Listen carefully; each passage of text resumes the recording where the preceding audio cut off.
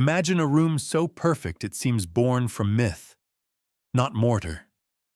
Gilded walls shimmer with unnatural purity. Light spills through enormous French doors onto parquet floors that once carried the weight of America's untouchable elite. In 1974, Robert Redford stood there as Jay Gatsby, staring into the symbol of unreachable hope. But few of those watching realized this wasn't a movie set. It was Rosecliff, the real embodiment of the American illusion. A dream built not of champagne and romance, but of sweat, betrayal, and quiet desperation. The real story is not Gatsby's. It is hers, the woman who built the dream from scratch, only to be destroyed by it. Her name was Theresa Alice Fair. The world called her Tessie Oelrichs, and her story begins not with champagne, but gunpowder. Not under chandeliers, but under the black sky of Nevada mining camps, where men killed for silver and fortunes could vanish in a night. Before we step through these echoing halls of memory, make sure you subscribe to the channel so you never miss a journey into the secrets history tries to forget. Let us know in the comments where you're watching from and the local time. It's always fascinating to see how far and wide these stories travel. And if this mystery grips you already, if you think you've started to understand what the title really means, share this video with someone who loves stories that hide deeper truths beneath the gold and glitter. Tessie's secret isn't just about a mansion, it's about a woman who tried to rewrite fate. Born in 1871, Tessie was the daughter of James Graham Fair, one of the 4 men who discovered the Comstock lode, the richest silver deposit in American history. Her father was an Irish immigrant whose hands were thick with calluses and silver dust. His rise was meteoric, transforming from penniless drifter to senator and tycoon. But he never shed the scent of sulfur. By the time Tessie was a toddler, her father had become a mining king, worth the equivalent of billions today. But the East Coast elite smelled the dirt on him from across the country. And Tessie, sharp-eyed even in her cradle, absorbed the lesson. Money could buy space. It could not buy entry. The contrast was brutal. As girls in New York rehearsed piano sonatas and sipped tea, Tessie grew up among men who drank whiskey for breakfast and died young. While the daughters of Astors learned to curtsy, she watched her family name smeared across courtrooms. The world saw her father as Slippery Jim, a man brilliant in engineering, scandalous in morals. When her mother sued him for adultery in 1883, the trial was front-page fodder. Tessie, then just 12, read of her parents' collapse in the same papers that printed debutante dances. It was then that she made her first decision of many. She would not be her father. She took her mother's side in the divorce, and her share of the inheritance, vast beyond imagination, but swore off the chaotic, masculine West. She turned her face toward the East, where fortunes were quieter, names lasted longer, and power didn't come with mud on its boots. Yet she knew she could not simply walk into this world. New York society in the late 19th century was a locked fortress. The old money dynasties, the Livingstons, the Schuylers, the Astors, saw new wealth as an infection. The 400, as they were called, was the supposed maximum number of truly acceptable people in society. To them, Tessie was a barbarian in pearls, no matter how well cut her gown. But this daughter of miners was no naive heiress. She studied the rules not to follow them, but to win. She understood that society had no mercy for outsiders, especially women. So she planned not to enter it, but to force it open, to break the gates with beauty, elegance, precision, and fear. She began constructing herself like a building. Every gown, every gesture, every phrase was calculated.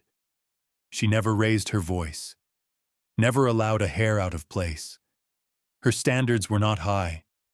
They were impossibly absolute. She would be the perfect woman, flawless, and she would not ask for permission to belong. She would make herself unavoidable. But her blueprint for dominance needed one final pillar, a name that smelled of age, not ore. Fair was too new, too Western, too loud. She needed a marriage, not for love, but for social capital. She began her search not with sentiment, but strategy. And in 1890 she found her answer in Herman Oelrichs, a shipping magnate whose surname rang like old silver. It was not a romance. It was a merger. Tessie brought $1 million, her father's legacy. He brought old-world prestige. Together, they became a force.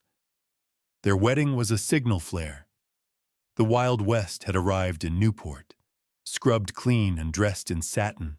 But the merger alone was not enough. Tessie wanted a throne, and for that, she needed more than a husband. She needed a temple, a space so dazzling it would erase the memory of her muddy origins. That temple would become Rosecliff. Her strategy was simple. If they would not invite her in, she would build a home so magnificent that to decline her invitation would be social suicide. Her weapon would be architecture. Her battlefield was the Atlantic coast. And her architect, Stanford White, the scandalous genius of McKim, Mead and White, was a man whose own name carried whispers of both brilliance and danger. His style was flamboyant, his taste unmatched. To him, Rosecliff was not just a commission, it was theater. The design was shocking, a recreation of the Grand Trianon of Versailles, set on the Rhode Island shore. It was not a house. It was a statement. The gleaming white facade was not just an aesthetic. It was symbolic. It meant purity, power, sterility. Tessie chose white glazed terracotta, not marble, because it could be washed, scrubbed, erased. In her mind, the past could be cleansed like soot from silver. In her mind, a woman could become divine by denying the earth she came from. She was crafting not a home, but an altar to herself, an immaculate stage where no flaw could hide, and no whisper of dirt would be allowed to echo. It was her masterpiece, her fortress, her gamble. But in this shimmering dream lay the seed of the nightmare. Because even as she began to build upward, Tessie never truly laid down the weight of where she came from. Her obsession with appearance, with cleansing, with perfection, it was not vanity. It was fear. The fear of being found out, of being seen as she truly was, a girl from the mines, dressed in Versailles. By the time Tessie Oelrichs stepped onto the manicured lawns of Newport in the early 1890s, she was no longer a girl watching her father's empire collapse beneath courtroom headlines. She was now the wife of Herman Oelrichs, heir to a respected shipping dynasty, and she carried with her not just money, but a vision. Newport was more than a summer retreat for the elite. It was a battlefield for legacy. Here, fortunes were displayed like armor, and houses were more than homes. They were declarations. The Vanderbilts had their colossal breakers. Alva Belmont built Marble House like a challenge hurled in stone. But Tessie had something to prove that was deeper than wealth. She wasn't trying to outdo her rivals. She was trying to silence the past. The land she purchased for her future mansion had once belonged to the esteemed historian George Bancroft, a scholar, not a socialite. His wooden home, modest and charming, was surrounded by roses that gave the site its name, Rosecliff. But for Tessie, that name would not conjure fragility. It would become synonymous with power. She did not preserve Bancroft's legacy. She erased it. Every beam of the old house was torn down. The earth was stripped bare. This was not nostalgia. This was conquest. She summoned Stanford White, one of the most celebrated and controversial architects of the day. White was a man of brilliance and scandal. His buildings were masterpieces of Beaux-Arts drama, but his private life whispered with vice. And yet Tessie chose him precisely for that audacity. She wasn't building a home. She was staging a revolution in plaster and gold leaf. White's design echoed the Grand Trianon of Versailles, a structure built by Louis XIV to escape the rigid formalities of court life. Ironically, Tessie used it to impose an even more unforgiving formal structure of her own. The house would gleam white, inside and out, constructed from glazed terracotta that could be washed and polished to a sterile brilliance. Unlike the porous stone of neighboring mansions that darkened with time and sea spray, Rosecliff would remain untouched, pristine, almost unreal. It would be the most blinding thing on the Rhode Island coast, a monument to discipline, order, and absolute control. This was no coincidence. Tessie, raised in a world where mining dust clung to every surface, would ensure not a single grain touched her walls again. Construction began in 1899, and what rose was unlike anything seen in Newport before. Where others built dark palaces with fortress-like facades, Tessie erected a palace of illusions, light, airy, shimmering. The house itself seemed to reject history, to float above time. Every decision within its construction was a psychological maneuver. The ballroom, the home's glorious centerpiece, was not merely a gathering space. It was a theater of dominance, 40 by 80 feet. It was one of the grandest private rooms ever built on the Atlantic. Giant arched doors opened completely, blending the garden with the sea and the house with the horizon. Mirrors multiplied the light endlessly. No shadows, no places to hide. Guests were exposed, admired, judged, and Tessie stood always at the center, flawless, distant, watching. The centerpiece of that ballroom was the now iconic heart-shaped staircase, an architectural marvel that spiraled down like a divine descent. It had only one purpose: to elevate Tessie into myth. She would appear atop it not as a hostess, but as a goddess.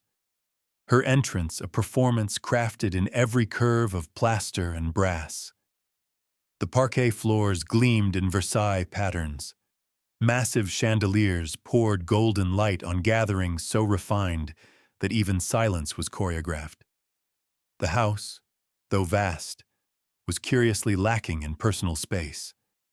Few bedrooms, almost no cozy corners. It was a machine for spectacle, not comfort. The walls existed to reflect not just light, but judgment.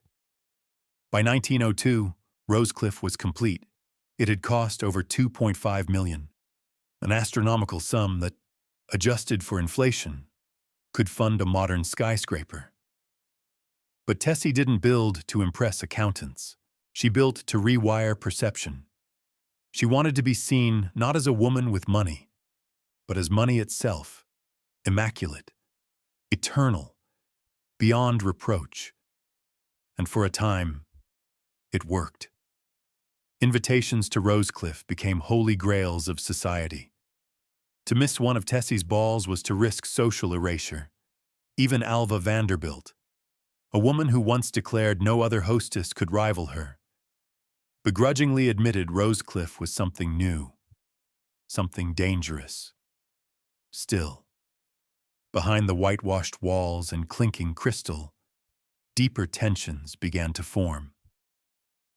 Hermann Oelrichs, once a symbol of old money legitimacy, grew increasingly detached.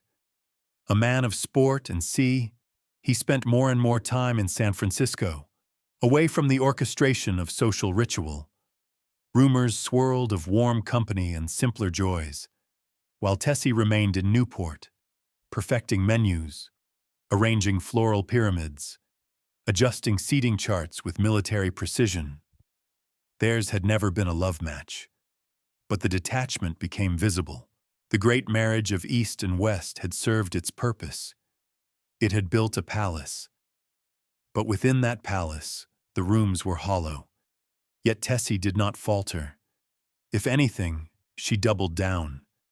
To the world, she remained unbending, a woman of precision, wit, and serene confidence. No one saw the tremors beneath the mask. Her obsession with cleanliness began to tilt into compulsion. The staff, once well-paid and respected, began to whisper about impossible standards. Scrubbing the ballroom floor was no longer a task. It was a ritual. And above it all, Tessie watched, impervious, untouchable, and increasingly alone. What the world did not understand then, and perhaps still fails to understand, is that Rosecliff was never a mansion. It was a mirror. Every chandelier, every polished inch, every towering window was an act of psychological warfare, not on society, but on Tessie herself. She was erasing her past with architecture, rewriting her story in stone. But even the most beautiful fortress cannot keep out memory, and no amount of terracotta can silence the voice of doubt that rises in the night. August 19th, 1904, the date would be burned into the social history of Newport like a royal coronation. On that night, Rosecliff hosted what would become Tessie Oelrichs' crowning moment, the fabled white ball. The planning had taken months. The cost, $30,000, was a sum so extravagant that an ordinary American family could have lived comfortably for years on it. But for Tessie, it was not about money. It was about finality. This would be the moment she turned illusion into truth. Her status would not just be accepted, it would become undeniable. Every guest was instructed to arrive in powdered wigs and white costumes, styled after the French court of Louis XV. This was no party. It was an orchestrated hallucination, a fantasy constructed in starched silk and candlelight, curated to transcend the boundaries between reality and performance. To enhance the illusion, Tessie commissioned a flotilla of ships to anchor off the coast, their sails painted white, their decks illuminated like floating palaces. From the shoreline, it looked like Versailles had risen from the sea. From within the ballroom, the reflections in the mirrors made it seem endless, a dream without walls. Music swirled, perfume lingered like enchantment, and at the center of it all stood Tessie, descending the heart-shaped staircase in white silk, her diamonds outshining the chandeliers. She was no longer the daughter of a silver miner. She had become a myth, and myths answer to no one. The triumph was total. That evening, Tessie was acknowledged as part of the ruling triumvirate of Newport's queens, alongside the formidable Alva Vanderbilt and the ever-entertaining Mamie Fish. The barriers that once held her at bay had dissolved. But triumph, when it comes late and hard-earned, often reveals its hollowness rather than its joy. What no one saw behind the applause and flickering candlelight was that something had begun to fracture. The climb had ended, but the summit was cold. The stage she built for herself had no wings, no exit. For Tessie, this perfection was not freedom, it was a trap. Behind the whitewashed walls of Rosecliff, a different story was unfolding. Hermann Oelrichs, the man whose name had once given her social armor, was retreating deeper into silence. He no longer fit into the pristine machinery of Rosecliff. The marriage, always a strategic alliance, had turned brittle. There was no scandal, no public collapse, only absence. He spent longer stretches in San Francisco, where the air was less refined, but the company more human. It was whispered that he found companionship there, though not the kind discussed openly in drawing rooms. Tessie, ever composed, made no public reaction. But she knew. And knowledge, when kept bottled, curdles into bitterness. The irony of Rosecliff was this: it could hold 500 guests, but not one real conversation. Its corridors were echo chambers, vast and reverberating, filled with performance but empty of intimacy. Tessie's victories were architectural, social, and symbolic, but not emotional. She had won every battle she had set out to fight, and now she stood alone on a field of victory, with no one left to convince but herself. The very perfection she had demanded of her life became a kind of tyranny. Her identity, so carefully manufactured, allowed for no vulnerability, no flaws, and without flaws, humanity begins to fade. Then came the double blow that history never prepares you for. In 1906, the great San Francisco earthquake struck, decimating parts of the city and severely shaking the Fair family's Western holdings. Though the financial losses were managed, it reminded Tessie that even marble crumbles. Months later, another quake. This time personal. Hermann died that September, far from Tessie and Rosecliff, on the opposite coast, buried in work and perhaps in regret. The man who had once been the key to her social transformation had died a continent away, in a house that was not hers. There was no dramatic goodbye, no final embrace, only a telegram and a casket. His death made her the undisputed mistress of Rosecliff. But in gaining everything, she lost the one thread that had tied her to real life. What followed was not immediate collapse, but something more insidious, a slow drift into solitude and obsession.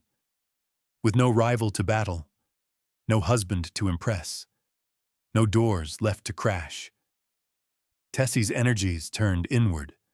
Her eye, once trained on social perfection, now focused on the microscopic. Dust became her enemy. Cleanliness transformed into a religion. Servants began to murmur that her demands were no longer eccentric, but pathological. Rosecliff's gleaming surfaces were scrubbed to sterile levels. No speck was tolerated. If one appeared, Tessie would descend into a rage, not outward, but inward, pacing rooms like a ghost searching for invisible trespassers. But the obsession didn't stop at cleanliness. Her grip on time began to fray. She planned parties for guests who were long dead. She drew up seating charts, instructed menus, and rehearsed entrances for events that existed only in her fading imagination. Staff learned not to question. They executed her orders as if they were real, afraid of what might happen if they didn't. In these years, the ballroom, the symbol of her highest achievement, became a theater of absence. Silence replaced music. Footsteps echoed without response. The mirrors reflected only the past. This descent wasn't dramatic. There was no collapse, no outburst, no scandal. It was quiet, like the settling of dust in a sealed room. She withdrew deeper into the mansion, into herself, and no longer cared whether the world outside remembered her as a queen or a cautionary tale. Her name still appeared in society columns, but always in the past tense. New stars had risen. The social world she fought so hard to enter was already evolving without her.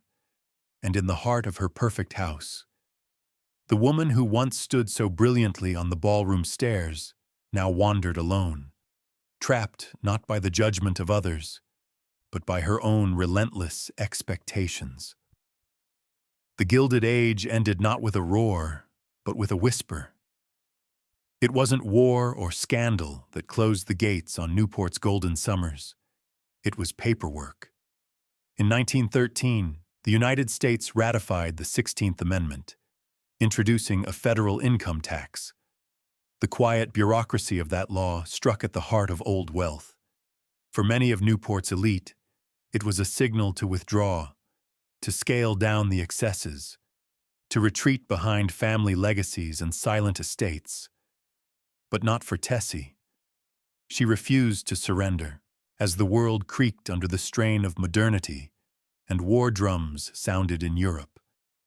She sealed herself inside Rosecliff like a queen entombed in her own legend. While others faded into the background, she doubled down on her fantasy, guarding her snowy fortress from the rust of time. It was no longer about society. It was survival, on her terms. The shift was subtle at first, visible only to those closest to her. A seating chart here, referencing guests long dead. A conversation there, continued with someone who had left the room or the world decades prior. Servants began to lower their eyes, unsure whether to correct her or obey her delusions. She was still precise, still regal. But something in her gaze had changed. It no longer registered the present. It wandered through layers of memory, scanning decades for fragments of a vanished life.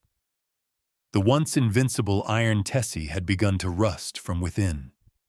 Her rituals became compulsions. Her perfectionism, once a weapon, curled into obsession. She began crawling across the ballroom floor, searching not for lost jewelry but for dust, imagined or real. Hours would pass with her on hands and knees, eyes sweeping the parquet for invisible specks. It was as though the mining dust of Nevada had returned in ghostly form, tormenting her not with its presence but with the fear of what it represented.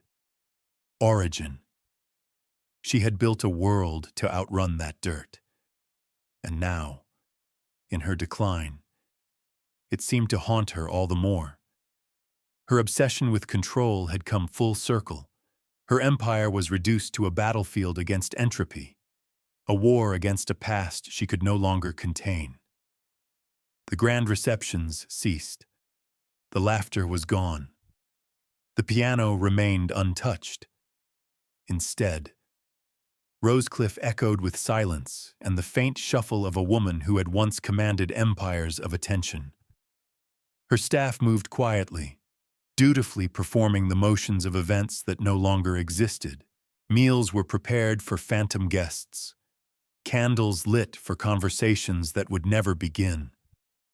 Her final years became a kind of theater of the dead, and Tessie, still adorned in silk, still demanding precision, was the sole actress in a fading production no one else could see. Her isolation wasn't just physical, it was temporal. She lived entirely in a world that no longer existed. When she died in 1926, it wasn't with fanfare. The society that had once whispered her name had moved on. The jazz age roared. New icons had taken the stage. The legacy she left behind wasn't one of heirs or institutions. It was a house, a vast, gleaming monument to ambition, constructed in the image of perfection and haunted by the impossibility of achieving it. Rosecliff was too beautiful to live in, too precise to feel alive. Her only son, Herman Jr., inherited not a legacy, but a burden. And in the ultimate irony, He sold it for $21,000, a fraction of what Tessie had spent on a single party.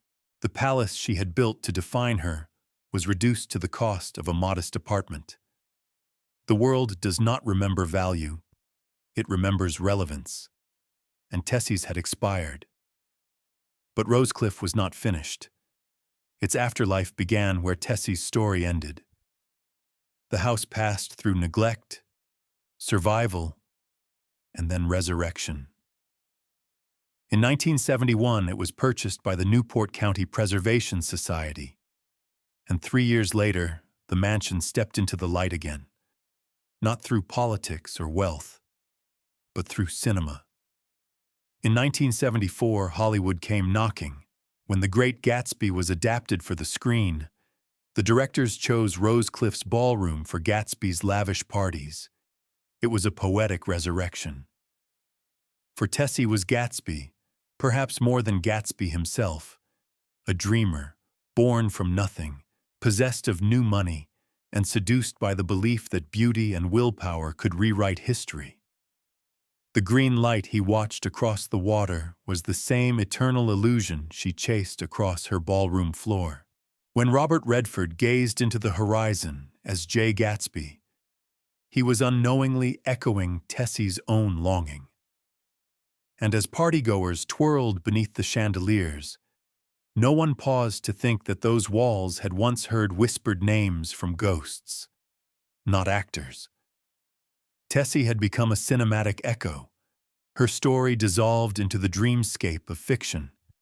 But in that transformation, she found a strange immortality, unlike her peers, who were buried in private family vaults. Tessie's story now lived in reel and stone, in photographs and museum tours, in the eternal shimmer of a fictional ballroom. Her madness was no longer tragic. It was operatic. Her loneliness, repackaged as glamour. And so Rosecliff stands today, immaculate still, a stage frozen in time. Tourists pass through its arched doors, marveling at the craftsmanship, the symmetry, the ocean view. They take photographs, smile, whisper admiration. But few of them sense the deeper truth, that this house is not a home, but a caution, a sculpture of ambition, a shrine to control. Tessie's story, stripped of its elegance, is one of desperate construction, of a woman who built herself a palace to escape her past, only to trap herself inside it. And while the chandeliers still gleam and the terracotta still blinds in the sun, what lingers most is the silence. Not the silence of grandeur, but of someone who asked the world to love her and never quite believed it did. In the end, the greatest secret of Rosecliff was not hidden behind doors or buried beneath floors. It was Tessie herself, a woman who loved an idea of herself more than any person, a woman who fought her way into history, only to vanish from its memory until the cameras returned.